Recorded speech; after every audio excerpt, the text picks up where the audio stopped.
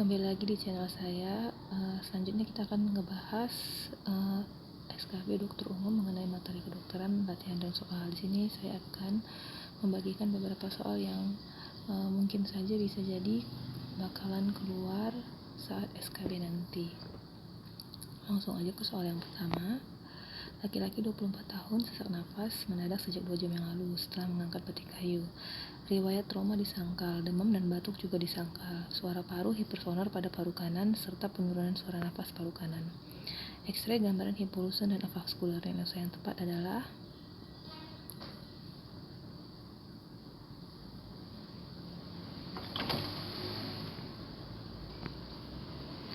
di sini saya jelasin dulu mengenai pneumotoraks, di mana pneumotoraks traumatik itu adalah pneumotoraks yang terjadi akibat adanya riwayat trauma. Nah, pada kasus ini trauma itu disangkal, jadi jawabannya bukan.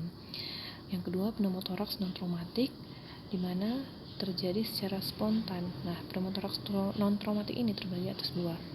Spontan primer, di mana biasanya tanpa diikuti oleh penyakit paru, dan spontan sekunder, yaitu diikuti dengan adanya riwayat penyakit paru sebelumnya. Gejalanya yaitu takipnu, takikardi, akral dingin, hipotensi. Nah, di sini hasilnya ada distensi vena jugular serta ada deviasi trakea yang menjauhi sisi yang cedera. Kemudian dari inspeksinya juga ditemukan pergerakan dada yang menurun atau tertinggal di salah satu sisi. Palpasinya adalah penurunan vokal primitus, kemudian perkusinya khas sekali itu adalah hipersonor. Lalu pada saat auskultasi ditemukan adanya penurunan bunyi nafas atau tidak ada sama sekali pada sisi dada yang mengalami pneumotoraks. Nah, sedangkan pada pneumotoraks tension itu adanya bagian hemitoraks dengan pneumotoraks itu lebih besar dibandingkan sisi kontralateralnya. Trakeanya juga terdorong ke sisi kontralateral dan sela iganya melebar. Nah, di sini optionnya tadi A. atelektasis paru, pneumonia paru kanan, bronkiektasis paru kanan, bronkiektasis paru kiri, serta pneumonia paru kiri. Jadi jawabannya adalah pneumotoraks paru kanan ya. Di mana tata laksananya adalah segera berikan oksigen dan 100%. Kemudian oksigen tersebut dipertahankan hingga selama masa perawatan.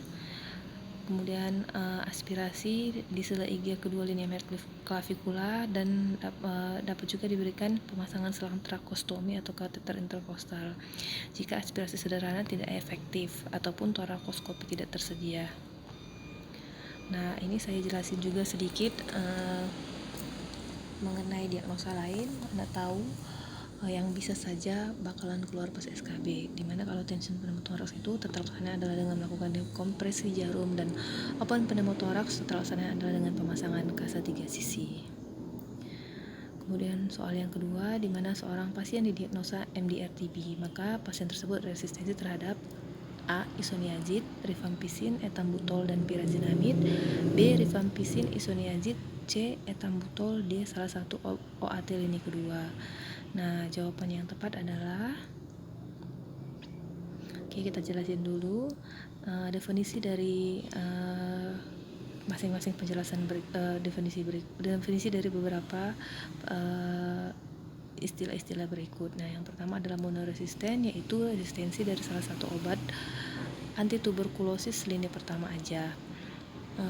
Bisa aja resisten terhadap isoniazid atau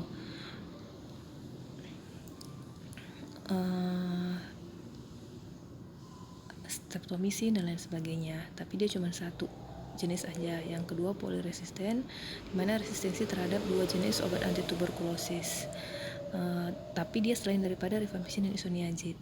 Kemudian yang ketiga adalah RRTB, di mana resisten terhadap rifampicin aja. Jadi kalau yang resisten terhadap rifampicin istilahnya RRTB, bukan monoresisten. Kemudian MDR-TB inilah case kita, yaitu resisten terhadap rifampicin dan isoniazid secara bersamaan. Jadi jawabannya adalah rifampicin dan isoniazid. Kemudian yang berikutnya adalah XDR-TB, yaitu resisten terhadap TB MDR dan juga terhadap obat lini kedua. Berarti dia resisten terhadap rifampicin dan isoniazid serta kanamisin dan amikasin. Jadi jawabannya tadi udah jelas adalah B. Kemudian soal yang ketiga, pasien sesak, batuk, berdarah, ada riwayat demam, suara napas paru kiri, vesikular menurun, dan perkusi redup. Ada gambaran Highcamp appearance. Nah, Highcamp appearance ini khas sekali pada diagnosa bronkiektasis. Nah, terapi yang tepat adalah antibiotik ya, jawabannya A. Kemudian soal selanjutnya, pasien datang dengan keluhan demam, sesak, punya riwayat kontak dengan pasien H5N1. Hasil pemeriksaan rapid influenza, diagnostik tes positif influenza tipe A. Diagnosa yang tepat adalah A. Probable avian influenza, B. Suspect avian influenza, C. Confirmed avian influenza. Jawabannya adalah, nah di sini kan dijelasin dia rapidnya yang positif, berarti masih rapid, sama kayak wabah yang sekarang lagi ada di Indonesia, yaitu corona atau SARS-CoV-2, dimana pemeriksaannya juga sama, ada 2 dan swab, ada rapid dan swab. Nah jadi kalau yang rapidnya aja yang masih disebutkan positif, berarti itu namanya probable. Kalau yang udah di swab dia hasilnya positif, maka itu dinamakan confirm. Kalau suspek itu dia itu belum melakukan pemeriksaan apapun, hanya gejalanya yang menyerupai. Jadi ini jawabannya A, karena dia masih di rapid aja. Kemudian soal selanjutnya, pasien mengeluh batuk dan sesak, tampak persembungan homogen pada hemitoraks dekstra dan penarikan trakea dan mediastinum ke kanan. Diagnosanya adalah A. atelektasis, B. pneumonia, C. tension pneumotoraks, D. tumor paru. Nah, di sini kata kuncinya adalah perselubungan homogen pada hemitoraks dekstra dan penarikan trakea serta mediastinum ke kanan. Berarti jawabannya A ya, atelektasis. Nah, sekian soal dari saya.